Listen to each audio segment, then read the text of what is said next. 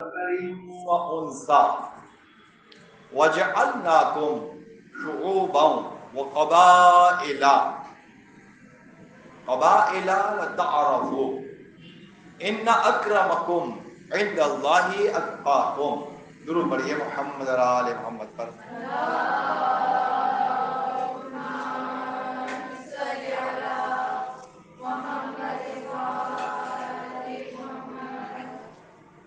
یہ بات اظہر من الشمس ہے، یعنی سب کو معلوم ہے کہ 13 جمادی الثانی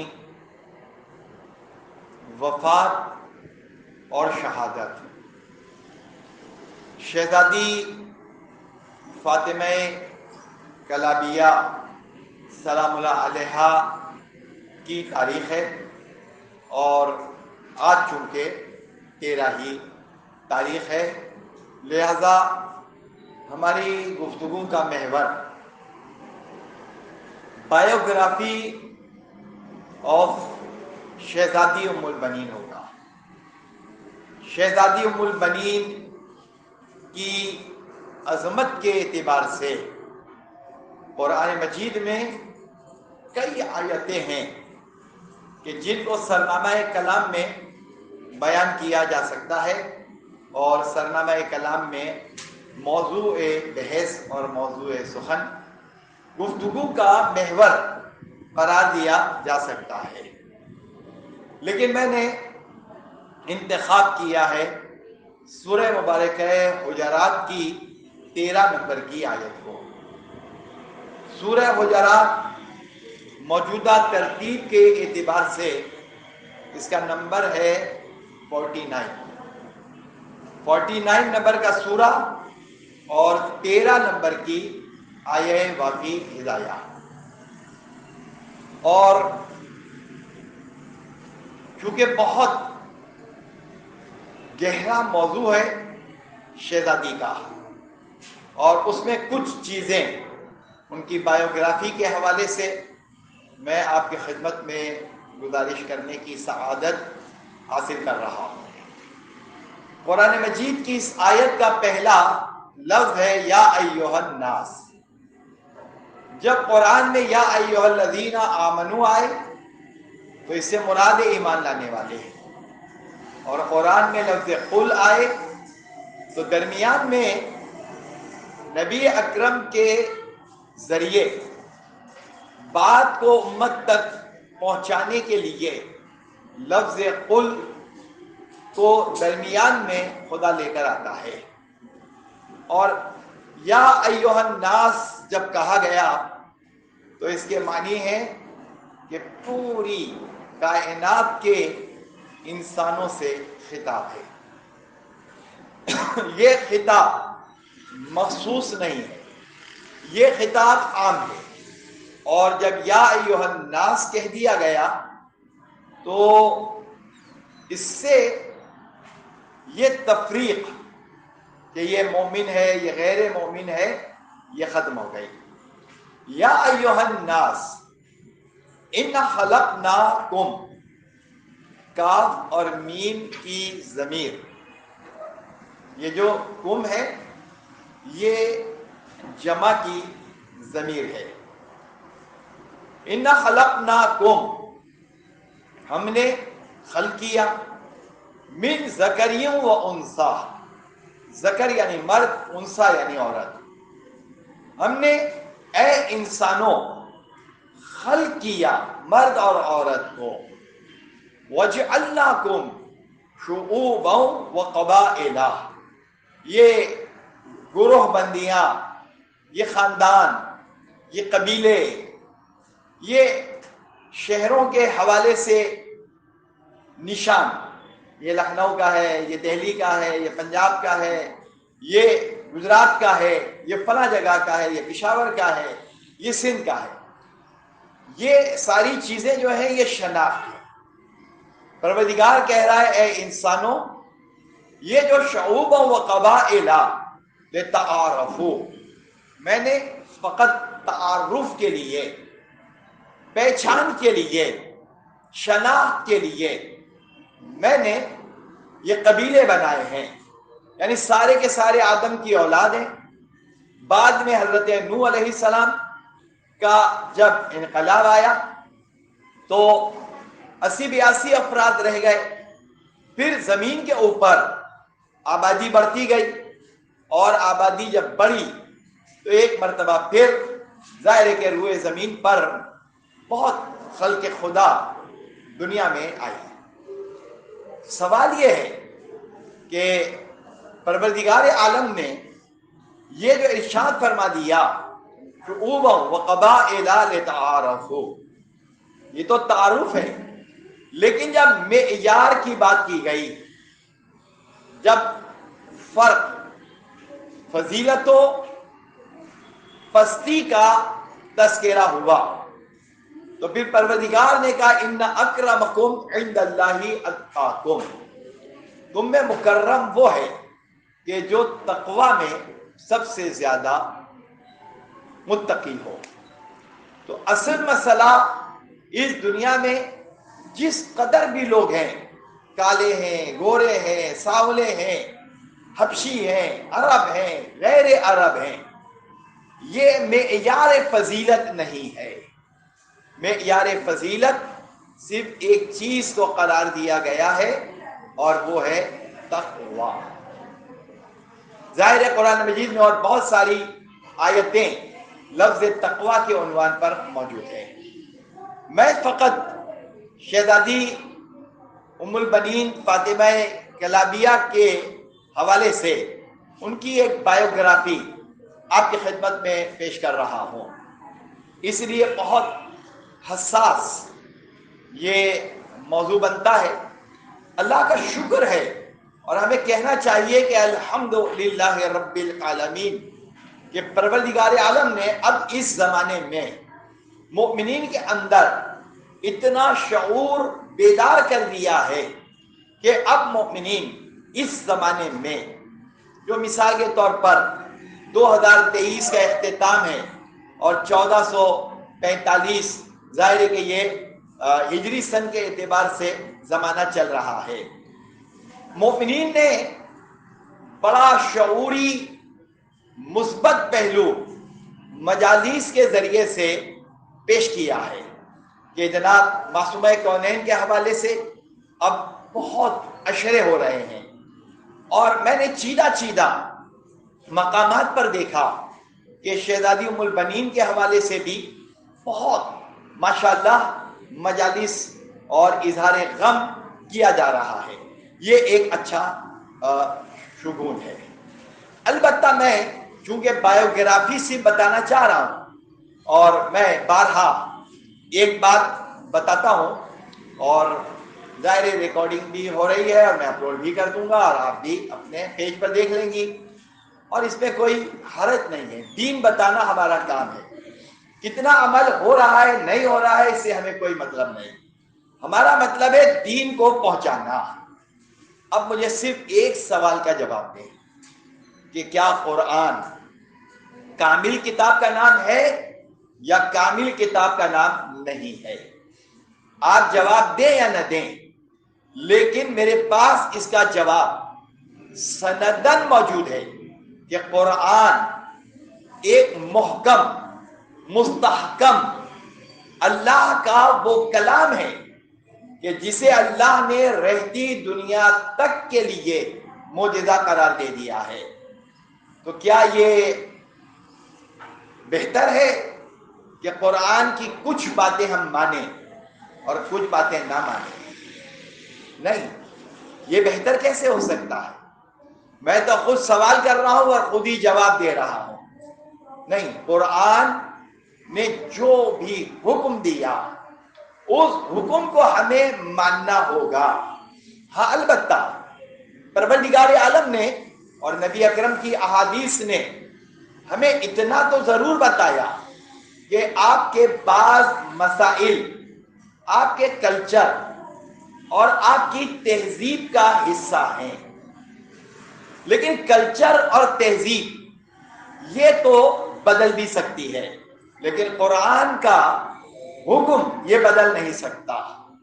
چونکہ میں شہزادی کی بایوگرافی بتا رہا ہوں، اور میں نے اس پر کافی لکھا بھی ہے اور بیان بھی کرتا رہتا ہوں۔ مثال کے طور پر چونکہ توضیح المسائل ابھی یہاں رکھی تھی، اس کے 4 ابواب ہمارے پاس ہیں۔ اس میں عبادات ہیں، اس میں معاملات ہیں، اس میں بیوع ایقاعات موجود ہیں۔ ایقاعات یعنی جہاں پر 2 افراد کے بغیر کام نہ ہو سکے۔ مثلا یہ کہ ہم موبائل خریدنے گئے تو ہم نے پیسے دیے اور موبائل لے لیا، تو جب ہم نے پیسے دیے تو ہم ایک ہوئے، جن سے موبائل خریدا وہ دوسرا ہوا۔ اب شادی جب تک 2 نہ ہو یہ رشتہ ہو ہی نہیں سکتا، اس میں ایجاب و قبول ہے۔ بالکل اسی طریقے سے پروردگار عالم نے کہا ہے کہ یا ایھا الناس انا خلقناکم من ذکر و انثی، ہم نے مرد اور عورت کو خلق کیا ہے۔ وجعلناکم شعوبا وقبائل لتعارفوا، یہ ہم نے جو قبیلے بنائے، برادریاں بنائی ہیں، یہ ہم نے تعارفاً بنائی ہیں۔ اصل میں معیار تقویٰ ہے، تو جب اصل میں معیار تقویٰ ہے تو اس کے معنی یہ ہیں کہ جناب علی اسلام نے ایک پورا نظام، اور یوں کہوں کہ ہر طرح کا حکم، اسلام کا پیغام موجود ہے، اور ہر شخص یہ کہے گا کہ اسلام کو مکمل طور پر نافذ ہونا چاہیے۔ شہزادی ام البنین کے حوالے سے ایک جملہ بڑا اہم جملہ ہے۔ شہزادی ام البنین کون ہے؟ وہ دافع نفاذ اسلام کی وہ ممتاز شخصیت ہیں کہ جنہوں نے اسلام کے نفاذ کے لیے، دشمنان اسلام کے مقابلے کے لیے اس طرح سے اپنے جانباز فرزندوں کو پروان چڑھایا کہ اسلام زندہ رہے چاہے میری اولادیں شہید ہو جائیں۔ تو اب دافع دین، دافع قرآن یعنی قرآن کا دفاع کرنے والی، قرآن کا دفاع کرنے والی، دافع دین، دافع اسلام، دافع رسول، دافع فاطمہ زہرا، دافع امیر المؤمنین، یہ ہے شہزادی ام البنین۔ اب آپ اندازہ لگائیے سوچنے کے معیار اور اخذ کرنے کے معیار کہ ہم نے قرآن سے کس طرح سے نتیجہ نکالا، یہ تو ایک فکر الگ الگ ہے۔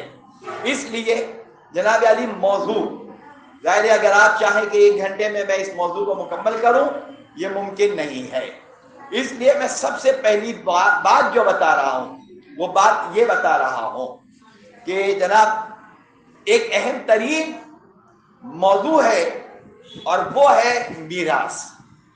میراث کا مطلب صرف مال کی میراث، جائیداد کی میراث فقط اتنا نہیں ہے، بلکہ توارث یا میراث، اس کے اندر بڑا اہم مرحلہ ایک یہ آتا ہے۔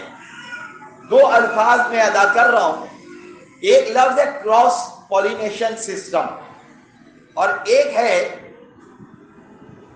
یہ جو کروموسوم ہے، جن کی سمجھ میں آ گیا ٹھیک ہے، اس کو یعنی ملا، اس کو آپ یوں کہیں کہ ایک چیز دوسری چیز کے اندر ملی اور اس کا ایک ریزلٹ اور ایک نتیجہ آیا، یہ پورا نظام بنا ہے۔ پروردگار نے کیا کہا کہ جناب رنگ، نسل، ملک یہ نہیں دیکھنا، تقویٰ دیکھنا ہے، پرہیزگاری دیکھنا ہے۔ لیکن ظاہر سی بات ہے کہ 2 پرہیزگار، 2 باتقویٰ، 2 متقی، یہ ایک دوسرے کے کف ہیں، لہذا کف کون ہے؟ مؤمن، مؤمن کا کف ہے۔ یہ لفظ جو ہے میں بیان جو کر رہا ہوں وہ کف بیان کر رہا ہوں، اسے نوٹ کیجئے گا، بہت سارے لوگ اسے کفو کہتے ہیں، صحیح جو تلفظ کے ساتھ جو لفظ ہے وہ ہے کف، کف یعنی 2 برادر۔ تو اب جناب علی کف کیا چیز ہے؟ ایک مومن دوسرے مومن کا کف ہوگا، یا اگر میل اور فیمیل کے بارے میں کہا جائے تو ایک خاتون ایک مرد کی اور ایک مرد ایک خاتون کا کف بنے گا۔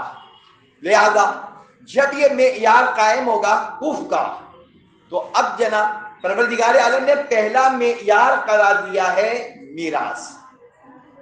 اور میراث آپ کو معلوم ہے، اس سے پہلے بھی میں نے کئی دفعہ بیان کیا ہے کہ میراث علمی بھی ہے اور میراث مال بھی ہے، اور یہ میراث مختلف جہتوں سے توضیح المسائل میں ظاہر سی بات ہے اگر آپ باب میراث کا مطالعہ کریں تو 3 طبقوں کا تذکرہ ہے، طبقہ اول، دوم اور سوم۔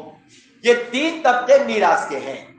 تو اب جناب علی یہ جو میراث ہے اس کے اندر جو چیز منتقل ہوتی ہے اس کے اندر، یعنی جو مالی میراث ہے اس کے اندر صرف ایک ریسٹرکشن ہے بس، کہ اگر کسی نے اپنے والد کو قتل کیا ہو تو وہ میراث نہیں پاتا۔ خدا نہ کرے، بس یہ تو ایک مسئلہ ہے جو میں نے بیان کر دیا۔ اور جناب اس کے بعد جو کروموسوم اور کراس پولینیشن سسٹم میں نے بتایا، یہ توالید اور توارث، یعنی ماں باپ اور ماں باپ سے ہونے والی اولاد۔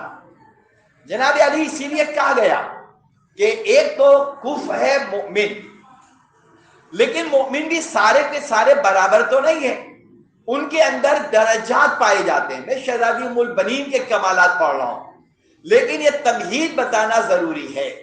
لہذا جناب ایک مومن ایک مومنہ نہیں، مومن کے اور مومنہ کے درجات ہیں، اور جب درجات ہیں تو جناب ایک مقام، یہ منزل اتنی اہم ہے کہ جناب مولا کائنات امیر المؤمنین علی بن ابی طالب علیہ السلام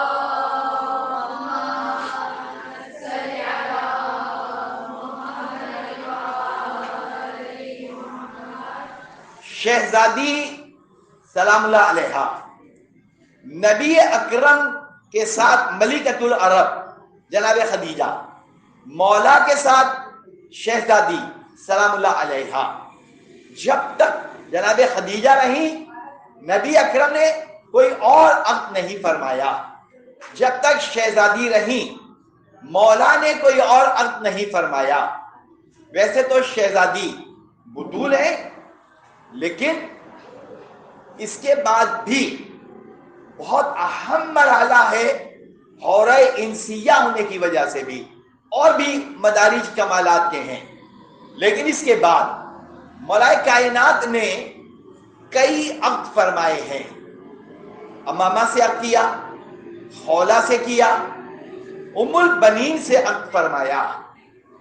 تو دیکھیے قرآن نے کیا کہا، قرآن نے کہا ہے کہ اگر عدل قائم کر سکو تو ظاہر سی بات ہے کہ پھر ایک ہی وقت میں مولا کا عقد امامہ سے ہوا، امامہ زندہ تھی، مولا نے مثلا خولہ سے شادی کر لی، خولہ اور امامہ زندہ ہیں، کہ مولا نے ایک اور خاتون سے شادی کی، اور اس کے بعد جناب ام البنین فاطمہ کلابیہ سے شادی کی۔ دیکھیں کتنا اہم مرحلہ ہے کہ خولہ کے بیٹے محمد حنفیہ، امام حسن اور امام حسین علیہ السلام، اور دونوں شہزادیوں کے ہوتے ہوئے مولا کے گھر میں محمد حنفیہ موجود ہیں، اور اس کے باوجود مولا ایک تمنا کر رہے ہیں۔ تو اگر ذہن میں یہ بات آئے کہ جناب ائمہ کی سیرت کیا ہے، تو ائمہ کی سیرت میں عقد کے حوالے سے یہ جناب علی 4 عقد لازم، اور اس کے علاوہ اور بھی مراحل۔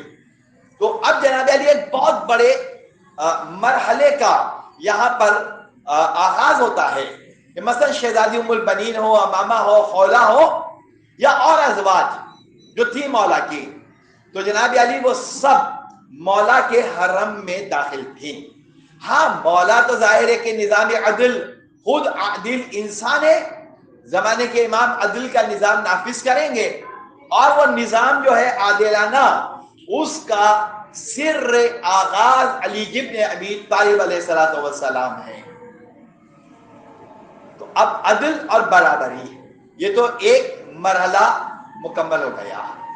آئیے میں دوسرا مرحلہ آپ کو بتاتا ہوں، اور یہ سوچنے والی باتیں ہیں ساری کہ جناب شہزادی جو ہیں تقریباً 18 سال، تقریباً 18 سال یا 19 سال حرم علی بن ابی طالب میں رہی۔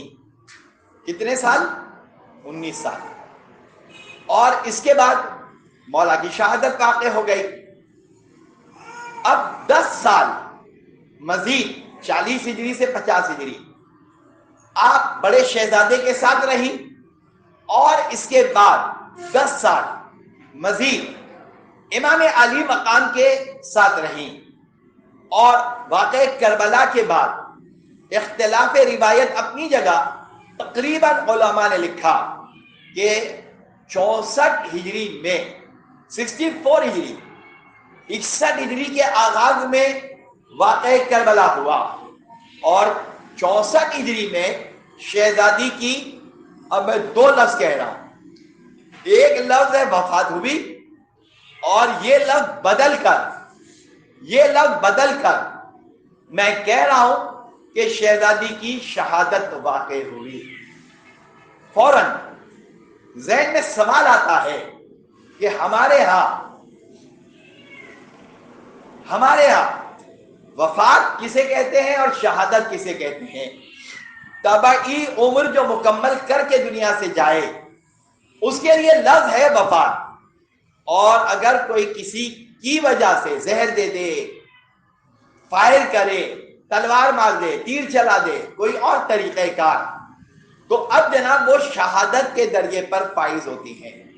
اور میں نے شہزادی کے لیے دونوں لفظ استعمال کی ہیں، اور اس کی وجہ میں آپ کو بتا رہا ہوں۔ اس کی وجہ کیا ہے؟ اس کی وجہ یہ ہے کہ جناب وہ بی بی کہ جس نے گھٹ گھٹ کے زندگی گزاری ہو، چاہے وہ زہر سے شہید نہ بھی ہوئی ہو، جبکہ بعض علماء نے لکھا کہ شہزادی کو زہر دیا گیا، بعض روایات میں شہزادی کو زہر دیا گیا، لیکن اگر زہر دیا گیا تب اور زہر نہ دیا جائے تب، ان دونوں صورتوں میں ایک شہادت ہے جہری اور ایک شہادت ہے سری اور جہری۔ یعنی جیسے میں نے کہا تلوار، تیر، گولی، کوئی اور طریقہ، یہ ہے جہری، بالکل واضح ہے کہ یہ شہید ہو گیا، لیکن مصائب و آلام کے پہاڑ توڑ دیے گئے ہو تو وہ چاہے مرد ہو یا عورت، جناب علی جو دم گھٹ گھٹ کے دنیا سے جائے گا وہ سری شہادت کا رتبہ پائے گا۔ اور ہمارے پاس ایک حدیث بڑی قاطع موجود ہے کہ من مات علی حب آل محمد مات شہیدہ، جو آل محمد کی محبت میں مر جائے وہ شہید مرتا ہے۔ تو جو آل محمد کی محبت میں مرے وہ تو شہید مرتا ہے، اور جو آل محمد کی نگہداشت کرتے ہوئے دین کے قیام کے لیے اپنی جان کی بازی لگا دے، اس کا مقام شہادت عرفہ اور اعلیٰ ہوگا۔ یہ بات واضح ہو گئی؟ آپ کی سمجھ میں نہ آئے تو مجھ سے آپ بعد میں پوچھ لیجئے گا، میں اگلے مرحلے میں داخل ہو رہا ہوں۔ تو ایک مسئلہ ہے نسب میں شہر، علاقے، گورا کالا، یہ کچھ نہیں، دولت مند غریب نہیں۔ دیکھیں یہ دولت جو ہے یہ تو آنی جانی ہے، کبھی کوئی بہت دولت مند ہوگا اور جناب کبھی کوئی مفلوق الحال ہو جائے گا، یہ تو کوئی کرائیٹیریا نہیں ہے۔ ارے بھائی اگر یہ طالب علم دینی طالب علم ہے اور رزق حلال کما رہا ہے تو بہرحال ظاہراً اس کے پاس دنیا کے آسائش نہ بھی ہو، لیکن اگر وہ ایمان کی حفاظت کے ساتھ دنیا میں زندگی گزار کر دنیا سے چلا گیا تو اس سے بڑی کامیابی اور کوئی چیز نہیں ہے۔ یہ میں نے ایک پیغام دیا ہے آپ کو، اور اس سلسلے میں بہت ساری باتیں ہیں۔ اب جناب علی میں بتا رہا ہوں کہ جناب اسلام نے نسب کے بارے میں بڑی تاکید کی ہے. ایک مومن اور مومنہ، مومنہ اور مومن، یہ دونوں ہے کل. ایک بات ہو گئی.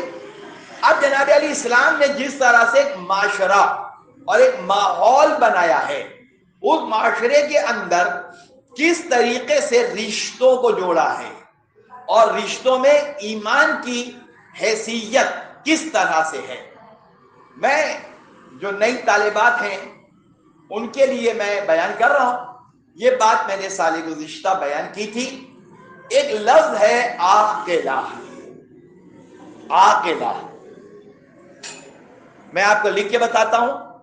عاقلہ تو یہ بات ذرا سی توجہ طلب ہے. جب میں انصاف کی بات کر رہا ہوں تو میں آپ کو عاقلہ بتا رہا ہوں. یہ پھر آپ دیکھ لیجئے گا، عین الف لام قاف اور یہ قاف نہیں، عاقلہ یہ عاقلہ. یہ عاقلہ کا مطلب کیا ہے؟ یہ مطلب سمجھنا جو ہے یہ لازم ہے. جب آپ طالبات ہیں تو آپ کو یہ بات سمجھنی ہوگی تاکہ جب بھی کوئی سوال کرے تو آپ کے پاس اس کا جواب ہو. عاقلہ، عقل نہیں کہہ رہا ہوں میں، عاقلہ کہہ رہا ہوں. فقہ میں عاقلہ رشتہ داروں میں سے خونی رشتہ داروں کو کہا جاتا ہے. عاقلہ کا مطلب کیوں، کیا، کیسے؟ جی سنیے. پہلے میں بتا رہا ہوں مامو زاد، چچا زاد، پھوپھی زاد، خالہ زاد، خود مامو، خود چچا، خود دادا، یہ سارے کے سارے رشتے جو ہیں یہ عاقلہ کہلاتے ہیں. یہ کیا کہلاتے ہیں؟ عاقلہ. فائدہ کیا ہے یہ عاقلہ سے؟ یہ میرا چچا ہے، یہ میرا مامو ہے، یہ میرے پھوپھی، یہ پھوپھی پھوپھا ہیں. یہ عاقلہ سے کیا مطلب ہے؟ نمبر 1، یہ جو رشتہ داریاں ہیں ان رشتہ داروں کو سب سے پہلے خاندان کے تمام لوگوں کی تربیت امر بالمعروف کے عنوان سے کرتے رہنا چاہیے. اور اگر نہیں کریں گے تو اس کا نقصان کیا ہوگا کہ بالفرض خدا نہ خواستہ کبھی ایسا ہوا کہ ایک آدمی نے کسی ایک شخص کو قتل کر دیا.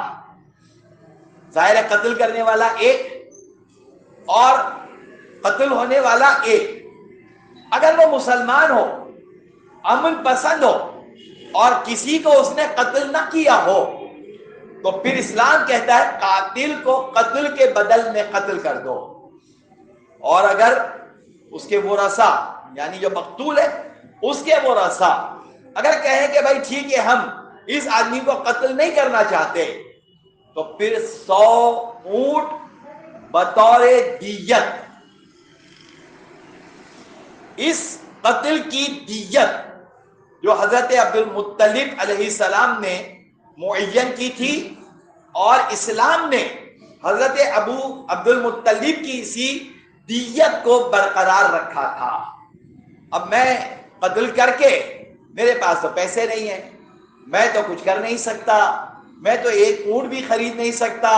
اب ایک اونٹ کتنے کا آتا ہوگا معلوم نہیں، لیکن جتنے کا بھی آتا ہو، مثلا 1 لاکھ کا آتا ہو تو 1 لاکھ کا مطلب 100 لاکھ، 100 لاکھ کا مطلب 1 ارب. اور 1 ارب یہ عین رے بے والا عرب نہیں ہے، یہ الف رے بے والا عرب ہے. تو اب جناب علی 1 ارب میں کہاں سے لا کر دوں؟ تو شریعت کہتی ہے عاقلہ کو بلاؤ. عاقلہ یعنی ماموں کو بلاؤ، چچا کو بلاؤ، پھوپھی کو بلاؤ، پھوپھا کو بلاؤ، دادا کو بلاؤ، چچا زاد، ماموں زاد، پھوپھی زاد، ان کو بلاؤ. اور یہ ذمہ دار ہے دیت میں اپنے اس کزن کا ہاتھ بٹانے میں. سمجھ میں آ گئی بات؟ یعنی یہ رشتہ دار کتنے اہم ہوتے ہیں. وہ میرا پھوپھی زاد بھائی ہے، اس کا کام وہ جانے، اس کا کام جانے. یہ ماموں زاد وہ اگر شراب پیتا ہے، وہ یہ کرتا ہے، وہ کرتا ہے، اس کا کام نہیں، ایسا نہیں چلے گا. آپ نے نقصان دیکھ لیا، یہ ہے نقصان.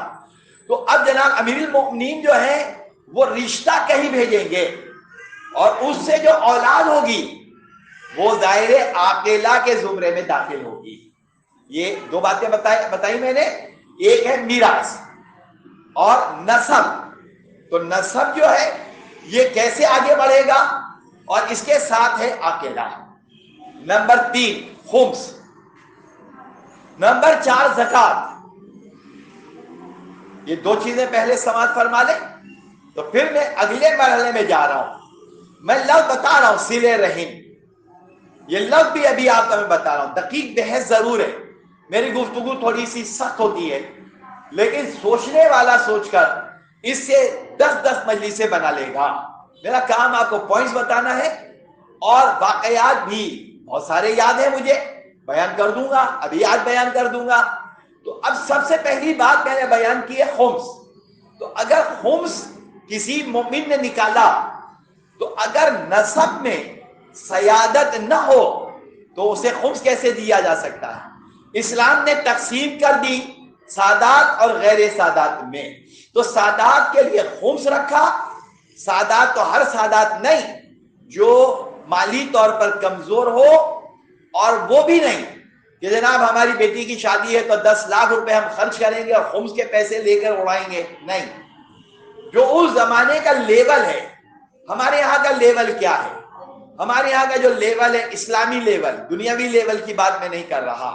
کسی بینکٹ میں شادی ہو نہ ہو, بھائی یہاں رضویہ کلر میں ہو جائے, گھر میں نکاح پڑھ کے رخصت ہو جائے, مسجد میں ہو جائے, نہیں, یہ ساری باتیں طے کرنی ہوں گی. تو جناب علی فضول خرچی, بلا وجہ کا نام, یہ ساری باتیں نہیں چلیں گی. اسلام نے جو معیار بتایا ہے وہ معیار. تو اگر اس معیار میں مثال کے طور پہ خمس استعمال ہو تو خمس کو ضائع کرنے کے لیے تو مال نہیں ہے. لہذا سادات, اور سادات میں نجیب الطرفین. البتہ باپ کی طرف سے سید ہو تو ظاہر اس اولاد کو خمس دیا جا سکتا ہے, لیکن نجیب الطرفین. اور اگر نجیب الطرفین نہ ہو, ماں سیدانی ہو اور باپ نہ ہو تو وہ اولاد سید نہیں ہوتی ہے. تو اب اسلام نسب کی بات کرتا ہے, اسلام عاقلہ کی بات کرتا ہے, اسلام نجیب الطرفین سید کی بات کرتا ہے, یا نجیب الطرفین کوئی نہ ہو, یک طرفہ ہو اور یا نہ ہو. تو پروردگار نے پورا نظام بنایا ہے خمس, اور پورا نظام بنایا ہے زکات, اور اس کے بعد ایک لفظ ہے صلہ رحم. اب آپ نے سماعت فرمایا رحم, یہ ہے رحم مادر سے. رحم مادر یعنی یہ صلہ رحم, خونی رشتہ دار. کون کون خونی رشتہ دار ہے اور کن کے حقوق, تو اسلام نے یہ ساری باتیں جو ہیں یہ بتا دی. تو اب نسب کے اعتبار سے, حسب کے اعتبار سے, اور یہ سارے مراحل جو میں نے بیان کیے ہیں. شہزادی کتنے سال مولا کے حرم میں رہی؟ ابھی بتایا میں نے 18 سال. کل مولا علی کے گھر میں بیوہ ہو گئی. تو بیوہ ہونے کے بعد 4 خواتین ہیں, 4 خواتین. دیکھیے نبی اکرم کی ازواج کے لیے ایک حکم ہے کہ یہ امہات المؤمنین ہے. امہات المؤمنین کا مطلب یہ ہے کہ یہ کسی بھی مرد سے شادی نہیں کر سکتی, چاہے وہ 18 سال کی ہو, چاہے وہ 20 سال کی ہو, چاہے وہ بوڑھی ضعیفہ ہو. جو ایک مرتبہ عہد نبی میں آ گئی, اب نبی کا وصال ہو گیا, اب وہ کبھی بھی عہد نہیں کر سکتی. یہ حکم قرآن ہے. تو نبی کی ازواج کے مراحل الگ ہیں. آگے مولا کے گھر میں, تو مولا کے گھر میں یہ جو 4 خواتین ہیں, جب تک مولا زندہ رہے, شہید ہونے سے پہلے یہ سب تھیں, اور جب مولا شہید ہو گئے تو یہ خواتین اپنے گھروں میں نہیں گئیں بلکہ خود علی کے گھر میں رہیں. اب اس میں جو قیودات ہیں, طلاق رجعی کے جو مسائل ہیں, وہ اس وقت میں ڈسکس نہیں کر رہا. لہذا جناب ام البنین کے حوالے سے, ام البنین اب ہے کہاں؟ ام البنین ہے اب علی کے گھر میں. اور علی کے گھر کا مطلب کیا ہے؟ جناب زینب میں اور ام البنین کی عمر میں 1 سال 1.5 سال کا فرق ہے بس. شہزادی ام البنین اور جناب ثانیہ زہرا, ان کی عمر میں 1.5 سال کا فرق ہے. ہاں البتہ حضرت عباس میں اور ظاہر جناب زینب میں جو عمر کا فرق ہے وہ تقریباً 20 سال ہے یا 19 سال ہے. تو تو اب جناب علی فضا بڑا کام کا نقطہ ہے. میں اصل میں نکلا بہت جلدی میں اور وہ ڈائری میرے ہاتھ میں تھی اور میں وہیں بیڈ پر نماز پڑھ کے اٹھا اور وہ بھول گیا وہیں. جناب علی پوری کتاب اشعار ہے جناب ام البنین کے خود اور شعراء نے جو اشعار لکھے ہیں وہ بھی. تو اب جناب ام البنین جو ہیں انہوں نے کیا کیا, جو قربانی دی, یہ قربانی یہ ہے کہ ابھی میں پھر پلٹ کے آؤں گا, یہ میں بیچ کی بات بتا رہا ہوں, پھر میں اور اب سے پہلے والے مراحل بتا رہا ہوں. تو اب جناب شہزادی ام البنین جو ہے وہ کہاں ہے؟ حسن حسین علیہ السلام, شہزادیاں بھلے ہی سے 1 سال 1.5 سال چھوٹی ہوں لیکن یہ مقام ماں کا مقام پا کر آئی ہیں. کون سا مقام ملا ہے ان کو ماں کا مقام ملا ہے, لہذا شہزادی آئی ہیں اور ماں کے مقام پر. لیکن دیکھیے اہل بیت کے گھرانے میں فضا کو تمام اہل بیت کی فردوں نے ہمیشہ ماں کہہ کر خطاب کیا ہے, ماں. اور یہ فاطمہ کلابیہ انہوں نے اپنے آپ کو کبھی ان بچوں کی ماں کا مقام نہیں دیا بلکہ کہا کہ اے شہزادوں اور اے شہزادیوں میں تمہاری کنیز بن کر آئی ہوں. یہ فرق ہے, کنیز بن کر آئی ہوں. لہذا اب جناب آئیے میں تاریخ کے ان اوراق کی طرف جا رہا ہوں, اور ظاہر ہے کہ میں کتاب میں لایا نہیں اور ڈائری بھی جو میں نے نوٹس لکھے تھے وہ رہ گئے, لیکن بہرکیف جو میں بیان کر رہا ہوں پھر میں آپ کو فوٹو کاپی یا واٹس ایپ پر آپ کو دے دوں گا تاکہ آپ کے لیے یہ مرحلہ آسان ہو. جناب خاندان کوفہ, اور دونوں کوفہ میں بہادر ہو, دونوں کے دونوں بہادر ہو. نہیں, اگر باپ بہادر نہیں ہے, باپ نہیں ہے اور ماں بہادر ہے تو اولاد میں جو حسب نسب کا جو میں نے ابھی بتایا تھا کروموسوم سسٹم اور کراس پولینیشن, یہ ماں کا منتقل ہوتا ہے اور ماں کا منتقل ہو کر اولاد کے اندر آتا ہے. اور اس کی مثال خود جنگ صفین میں مولا کائنات امیر المؤمنین علی بن ابی طالب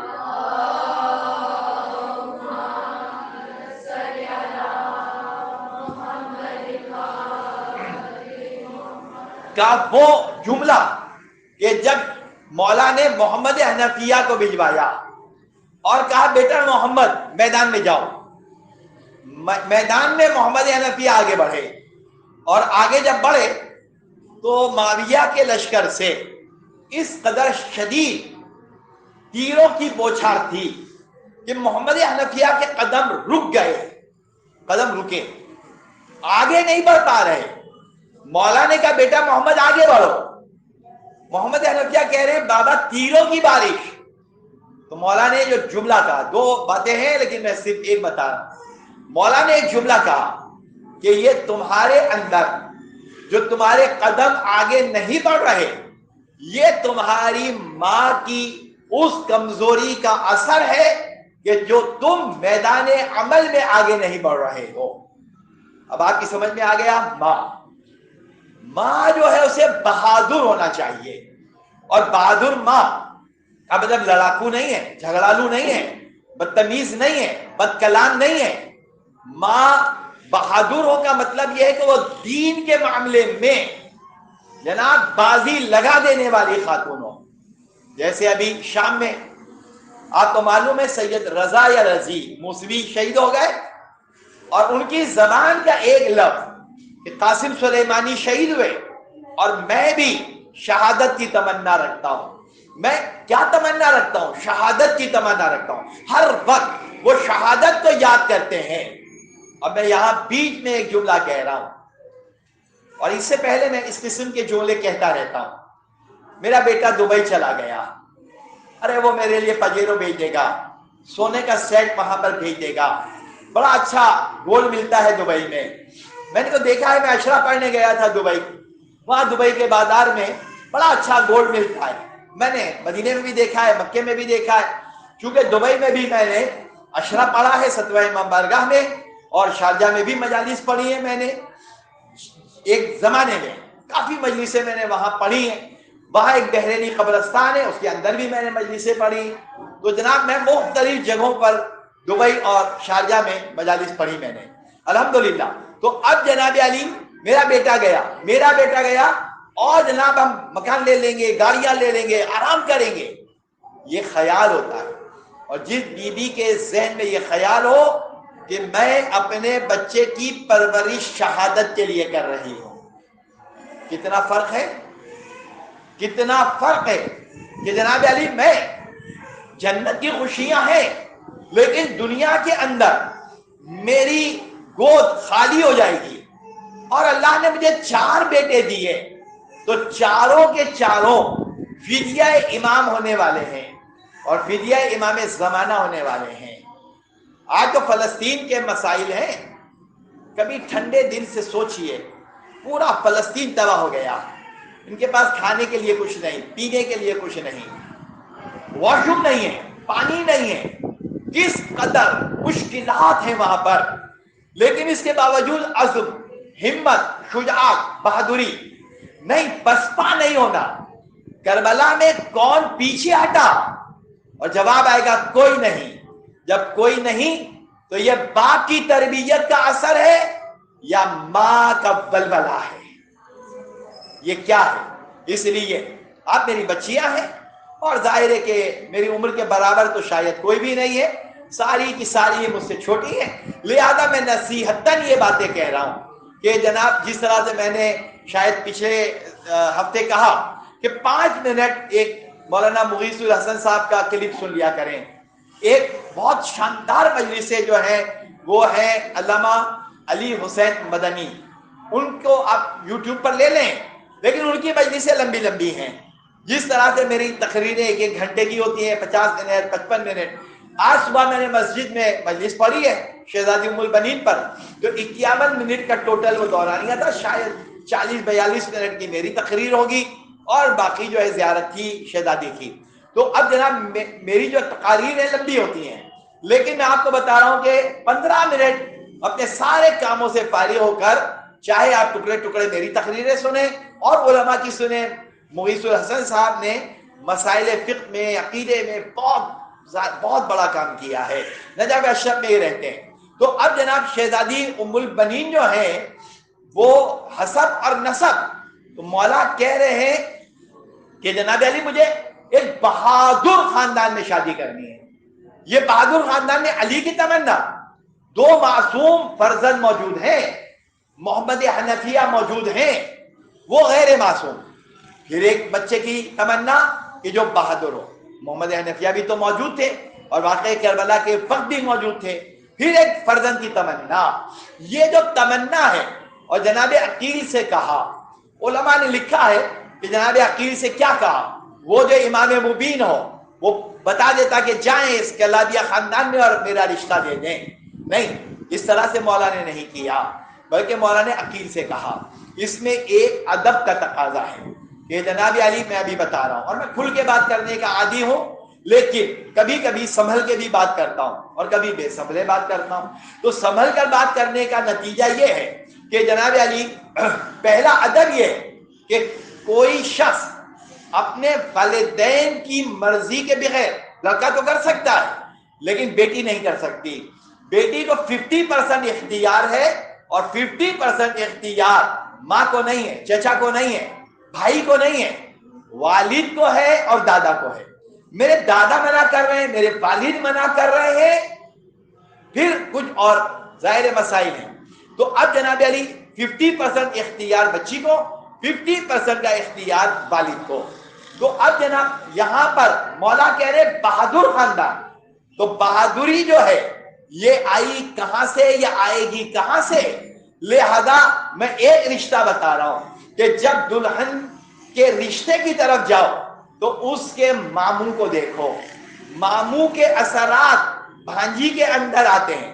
شکل و صورت والد کی بھی آ سکتی ہے، والدہ کی بھی آ سکتی ہے، چچا کی بھی آ سکتی ہے اور ظاہر ماموں کی بھی آ سکتی ہے، خالہ کی بھی آ سکتی ہے. یہ سارا سسٹم پروردگار عالم نے بنایا ہے. تو ماموں کو دیکھو، اب وہ قدرے کہاں، وہ اقدار کہاں، وہ تہذیب کہاں، یہ سارے معاملات بگڑ گئے. اور جب سارے معاملات بگڑ گئے تو اب نتیجہ خرابیوں پر مشتمل اور مبنی ہے. تو اب جناب عقیل سے کہہ رہے ہیں، اور جناب عقیل سے تو کہا، لیکن جناب ہزام ابن خالد، میں اپنے طور پہ تقریر کر رہا ہوں اور آپ اپنے طور پہ سنیں. ہزام ابن خالد یعنی حضرت عباس کے نانا کا نام، والد کا نام کیا ہے؟ حضرت علی. والدہ کا نام کیا ہے؟ ثمامہ بنت سہیل. سے ثمامہ تلفظ اگر نکالیں تو یہ زبان کی نوک یہاں باہر نکالیں گے ثمامہ، لیکن ٹھیک ہے ہم جلدی میں بولتے ہیں ثمامہ. ثمامہ نہیں ہے، ثمامہ ہے، لیکن ادا کرنے میں مشکل ہوتی ہے ثمامہ. تو یہ نماز تو ہے ہی نہیں کہ ہم قرات کا خیال کریں. ثمامہ بنت سہیل، اور جناب ثمامہ کے شوہر یعنی ام البنین کے والد. یہ کون ہے؟ یہ ہے ہزام ابن خالد. ہزام ابن خالد ایک کاروان کے ساتھ جا رہے ہیں اور راستے میں خیمے ڈال دیے. یہ لوگ خانہ بدوش تھے. مولا کہاں رشتہ لے جا رہے ہیں؟ یہ تو گوشہ نشین خانہ بدوش لوگ ہیں. لیکن مولا نے دیکھا ہے کہ بہادر ہو. ایک مرتبہ جناب ہزام جو ہیں انہوں نے رات میں خواب دیکھا کہ جناب علی ایک بہت خوبصورت موتی، بہت چمکدار بڑا قیمتی موتی سو رہے ہیں اور کسی نے ان کے ہاتھ پر رکھ دیا. جناب یہ دیکھ رہے ہیں اور اچانک ایک آدمی آیا. یہ بڑا اچھا قیمتی موتی ہے، یہ موتی بڑا اچھا ہے، کیا یہ بیچو گے؟ ہاں بیچوں گا، لے جاؤ. قیمت بتاؤ. کہا مجھے قیمت نہیں معلوم. قیمت نہیں معلوم. کہا آپ بتائیں بھائی، آپ قیمت کیا آپ کے ذہن میں آ رہی ہے؟ کہا قیمت مجھے بھی نہیں معلوم، آپ کو بھی نہیں معلوم، یعنی جو بیچ رہا ہے اسے بھی نہیں معلوم، جو خرید رہا ہے اسے بھی نہیں معلوم کہ اس کی قیمت کیا ہے. تو ایک مرتبہ جو خریدار ہے اس نے ایک جملہ کہا کہ اگر آپ یہ بیچیں گے تو میں آپ کو سیادت، قیادت، رہبری اور اعلیٰ مقام اور منصب عطا کر دوں گا. ایک مرتبہ کہا یہ لے جاؤ، اور جب لے کر گئے آنکھ کھل گئی. آنکھ کھلی، خیمے سے باہر نکلے، سفر میں تھے، خیمے سے باہر نکلے اور ایک بزرگ تھے وہاں. ان بزرگ سے کہا میں نے ابھی یہ خواب دیکھا ہے. تو بزرگ نے کہا کہ آپ کے لیے یہ خواب بہت مبارک ہوگا کہ اللہ آپ کو ایک بیٹی عطا کرے گا. بہت غور سے جملے سنیے گا. اللہ آپ کو بیٹی عطا کرے گا اور اس بیٹی کی وجہ سے اللہ آپ کو سیادت، رہبری، قیادت عطا کرے گا.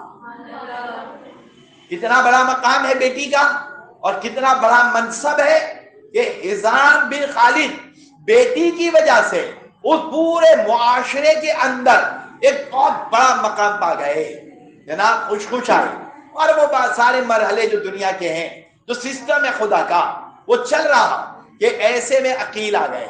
عقیل ظاہر ہے وہ تو ایک پڑاؤ ڈالے ہوئے تھے، راستے میں آئے اور جناب کیا چلا جاؤں، ابھی تو بات ختم کہاں ہوئی ہے، آپ مکمل کریں. تو اب جناب علی، جناب ہزام جب آئے اپنے گھر، پھر عقیل آ گئے. جب عقیل آ گئے تو جناب عرب حضرات کے ہاں 3 دن مہمانی ہوتی تھی. 3 دن کے بعد پوچھا جاتا تھا آپ کون ہیں، کیا ہیں. مہمانی مکمل بھی. کون ہے؟ میں ابو طالب کا بیٹا، کلید بردار خانہ کعبہ کا بیٹا. غرض بتائیے. کہا میں رشتہ لے کر آیا ہوں. کس کا رشتہ؟ آپ کی بیٹی کا. کس کے لیے؟ کہا اسد اللہ الغالب علی ابن ابی طالب علیہ السلام کے لیے.